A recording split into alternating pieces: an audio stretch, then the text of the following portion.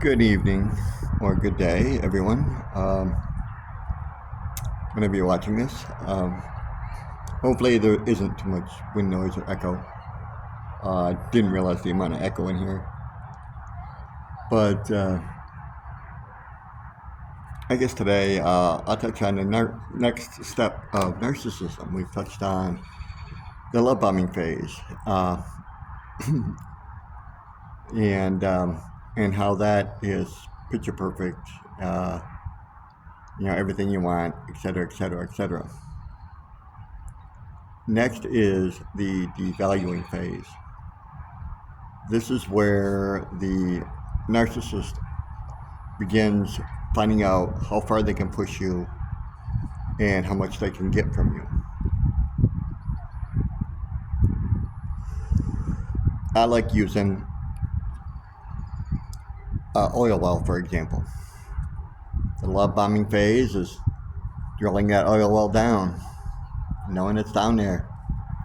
That's the love bombing phase. As soon as I hit that oil, it comes the devaluing phase. They're extracting what they can get. And that's kind of a good analogy I've used throughout these videos. And this is where, like I said, they try to get whatever they can get out of you, whether it's status, power, money, place to live, vehicle. You pick.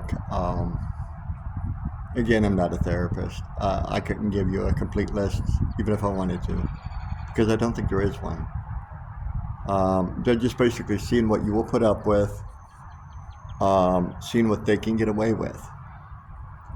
Because most narcissists do not have a single source of supply. They have multiple. And this is where this comes in.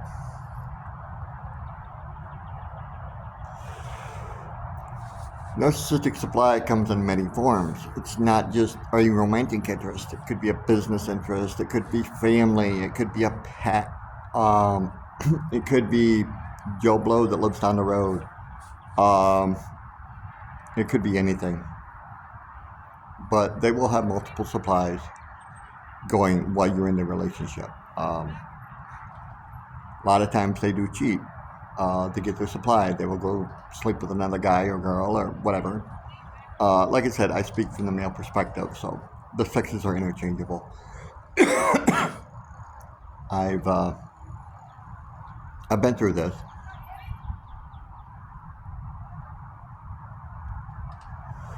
With my ex, the devaluing phase, where she cheated on me with multiple men during our relationship. I'm finding all this out post-breakup. That it's been at least 12 other guys while we were together that she's cheated with. Just to get her narcissistic supply, because at times I wasn't doing it. I refused to give her her supply.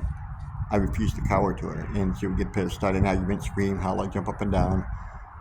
You name it. Of course, my ex would go get high. She would go smoke a gram or two of weed and just bake. So she didn't have to deal with what was upstairs. She didn't have to deal with the possible conscience she may or may not have. I found a lot of stuff after we broke up.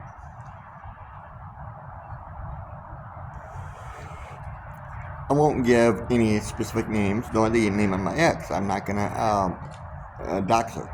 But one of her flying monkeys turned on her. And it's kind of playing both sides right now, filling me in on what's going on. So I've had no contact with her since we broke up. I have a feeling she'll come crawling back here real soon. Want to get back together, because from what I picked up, the guy that she was cheating on me with when we broke up, threw her away. And she knows I'm bettering myself. So she'll come back for another round, which isn't going to happen. Don't fall for the Hoover. Hoover is when they come around and try to get back with you, etc. In whatever way possible. And let's be friends. you know, but she'll want you to give, do everything she wants, etc., etc. Well, I don't follow what's out there called the red pill mentality. I don't hate all women, actually. I'm seeing another woman right now. Nothing serious, coffee, brunch, stuff like that. And, you know, seeing where it goes. I'm not expecting anything. Would it be nice? Absolutely. But do I expect it? No. You have to excuse me. It's pollen around here is making me thirsty. But no, I don't expect anything except trouble from her. That's why I've had no contact. I've stayed no contact. Has there been good days? Yes. Has there been bad days? Absolutely. There always will be until I'm fully recovered. I am nowhere near that right now. It's I'm still making steps. I think it's a good way to put it.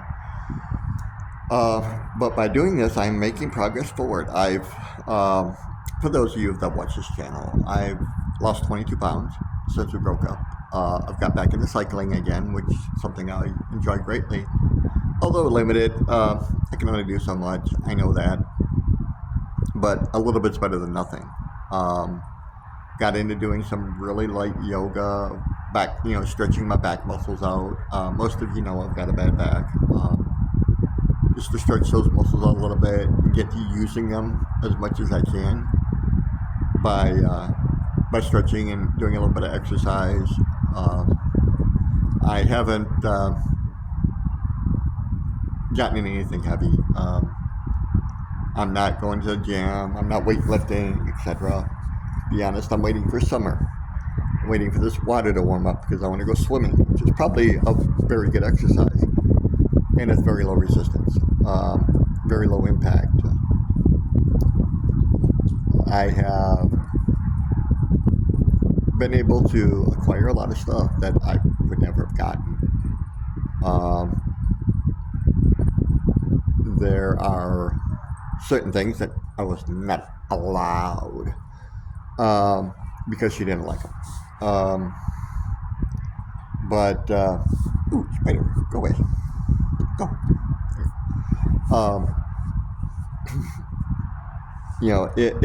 It's come down to just me being me now. I am who I am. If people don't like it, fuck them. That's my attitude now. If they don't like who I am, I really could care about a rat's ass on if people like me or not. The young lady I'm seeing, hopefully it turns into more. We'll find out more tomorrow. We're supposed to meet up and go for a little ride tomorrow. But it has, excuse me, I got the little floaty things flying around here. We'll see where it goes. I mean, she's a beautiful young woman. Actually younger than my ex, which is kind of surprising. This lady is, good golly, let me think here. 5 years younger than me? No, wait. 15 years younger than me. I'm sorry. 15 years younger than me. So we'll see how that goes. Being around her makes me happy. Puts me in a good mood. So I figure that's a good thing. You have to excuse the hair today. I was just out riding my bike. I have a severe case of hemorrhoid hair. That's one thing I always do is wear a helmet now when I ride my bike. There's a lot of places that are quite dangerous to ride. So I protect myself when I can. I'm always careful. I've been looking at possibly going camping. I have some ideas where I want to go, what I want to do. So that's kind of what I'm looking at right now. This looks terrible on video, but Please live with it. It has become almost an obsession with me to exercise and be outdoors and be available. Uh, Another thing that I have noticed is I'm becoming a bit more picky on what my apartment looks like. It's not perfect by any means. It's a small apartment. I'm trying to put a whole bunch of stuff in there. So it's not much room, but I'm working on it. Um, yeah, I'm just hoping to, within the next week or so, I'll have my big screen TV put up. I'm going to put my small TV, small relatively, it's 55 inch. Pesky little spider, go away. And I'm putting a 70 inch up in my living room. Plug my video games into, blah, blah, blah. There's just, I'm getting there. I'm improving my life dramatically. I notice I have more energy now. I'm not depressed. I'm not on edge all the time. And that's part of your healing, is that will slowly healing you. I was kind of prepared for this breakup, so it doesn't really bother me as much. And so, I've actually been able to move on fairly quickly. Some people get totally caught off guard, and it may take them a year or 2 years or whatever to recover. There's nothing wrong with that. You heal at your own pace. Every person is going to be different. I recommend therapy for those having problems, especially with depression. Go see a therapist, talk to them. Tell them what you're thinking. Be honest with them. They're there to help you. I know some people think it's psychobabble, and to a certain point, I do too. But it has helped me. My therapist is very friendly, and she listens to me, lets me talk about things, let me work through things. We get along good. I've also made friends, around my area. Been talking to them, or just kind of getting to know everybody. And planned on doing some fishing today, but it's kind of crowded here with people fishing. Some probably not. I'm gonna keep my stuff in my truck. Never know when I'm gonna stop at a fishing place. Um, to me, that is just relaxation. You go in the woods, you go fishing, you go for a walk, whatever relaxes you. Excuse me. Breakfast is not agreeing with me. But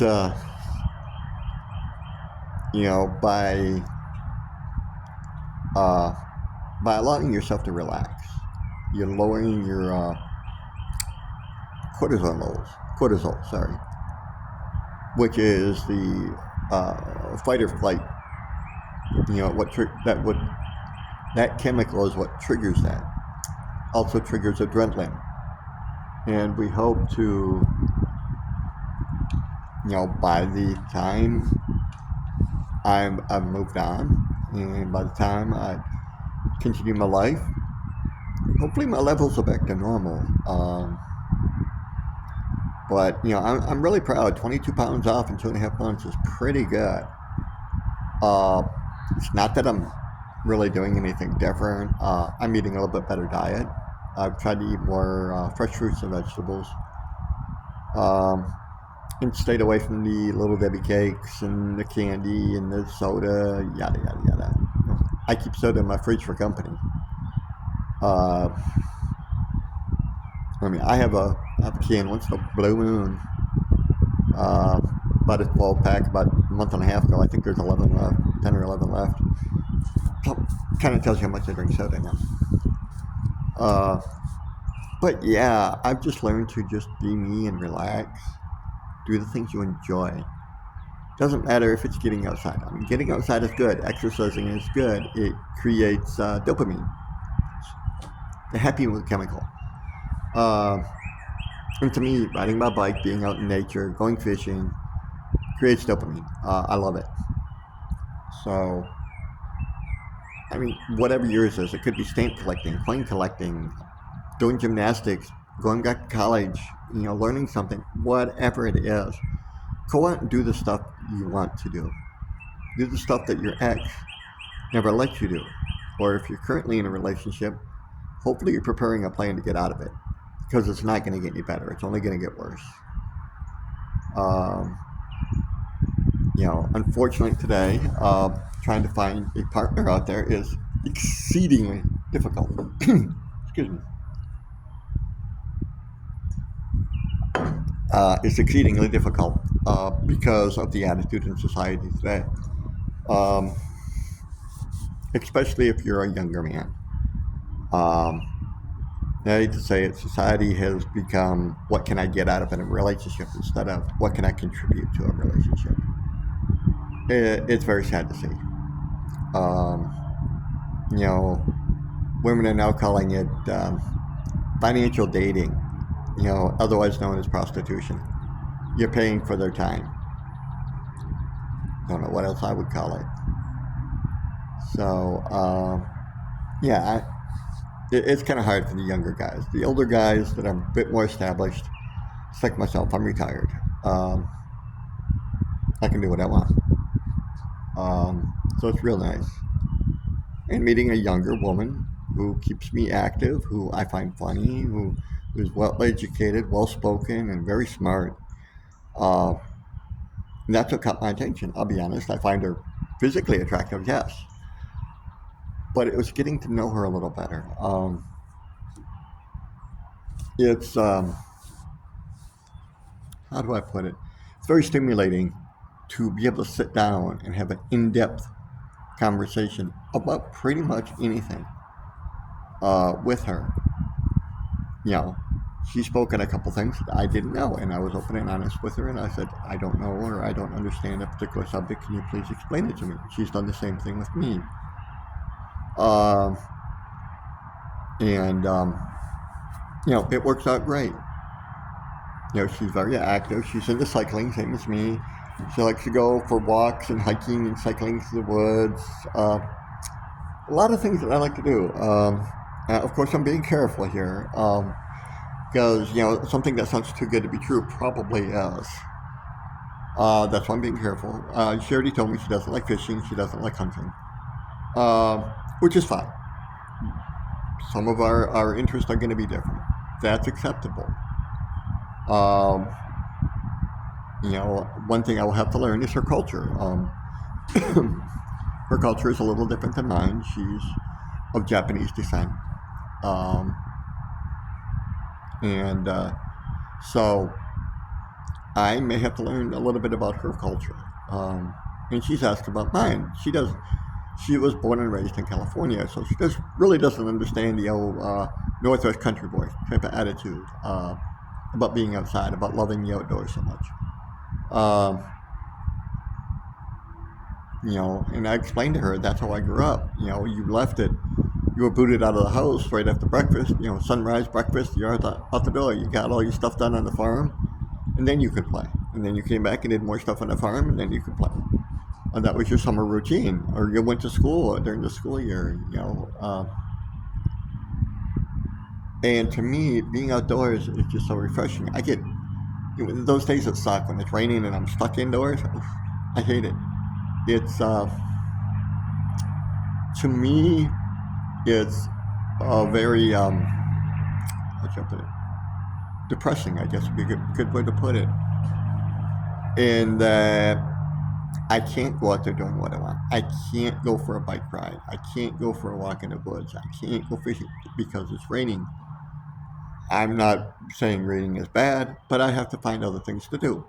Um, I'm currently reading a fantastic book called Recovering from Narcissistic Abuse. Who did that? I can't think of the author right now. And then I just finished reading one called It's Not You by Dr. Ramani, who I recommend for everybody. Dr. Ramani is a clinical psychologist specializing in narcissistic abuse and recovery. She's very intelligent, very smart, and she will point things out. And just watching her videos, and she'll go over like 10 things, signs of a narcissist. And you'll go through and like, Hey, that one fits me. So does that one. And so does that one. She actually did a video of 15 one time, and my ex had every one of them. You know, but with her, I was trying to feel with my heart and not my head, which is something I've become much more careful about.